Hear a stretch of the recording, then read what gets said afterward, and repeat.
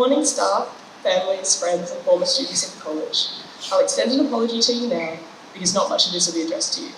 Current students of Victory, I hope you're at least marginally excited to be starting a new school year in 2024. I think the front row looks excited. When Mr. Thompson asked me to put together something to share with all of you, I think he could tell I was low on ideas, so he sent me a folder with some of the past Dux speeches. I'd obviously seen them before, firsthand in opening services like this one, and the same thing stuck out to me this time as did the first time. In my first weeks of Year 9 in 2020, Abby Vogelsang told me to spend my time well, which I interpreted as enjoy your time, and trust me, I did a lot of that last year. With pathway systems and early entry available to you now, there's actually no reason to stress yourself sick over final results during high school, even if you do want to go to uni, when there are so many opportunities in other areas. My early entry offer arrived in August, which meant that all stress vanished from my life, and Ms. Morrow will tell you that once the pressure of getting a certain ATAR was gone, the only thing I was worried about was whether or not my picture would end up on the artist's wall.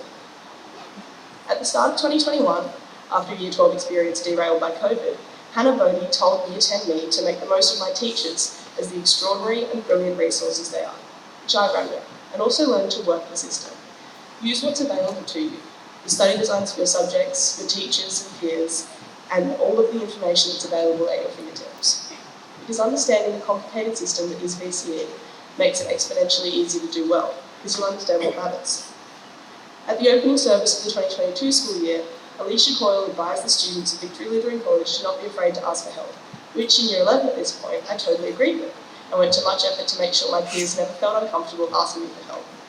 I'd like to quickly thank my classmates, especially those in my maths methods class, because I truly believe the reason I did so well on those exams were the 6 phone calls a day dragging me off the couch to ask for the answers to practice problems. Thank you, Jack. And finally, at the beginning of my Year 12 year in 2023, my dear friend Isabel Whitehead told us to always ask the stupid questions. She was right, of course, because the only person who decides whether or not you're embarrassed by something is yourself. Ultimately, you make the choice as to how you feel, so don't choose to be embarrassed. What I want to leave you with, here in 2024, at the start of your year, whatever, and if you've zoned out already, this is the part that you actually got the year for, is that your personal success is measured against your personal goals. I feel as if I've succeeded because I achieved what I set out to, but my peers, who are travelling internationally on an athletic scholarship to play college soccer, or who watch their musical composition performed by professionals at the Melbourne Recital Centre, or who created a top design showcased in the Season of Excellence, they've all succeeded as well. In 2024, I hope you compare yourself not with others, but with what you know that you're capable of.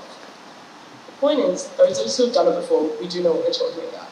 And while it truly doesn't matter who out of your cohort stands up at the start of the year and gives this speech, it does matter that each and every one of you has made the best of your time to succeed in your individual pathway. Good luck especially to the Year 12 class of 2024, but to all of you, have an awesome year and thank you for your time.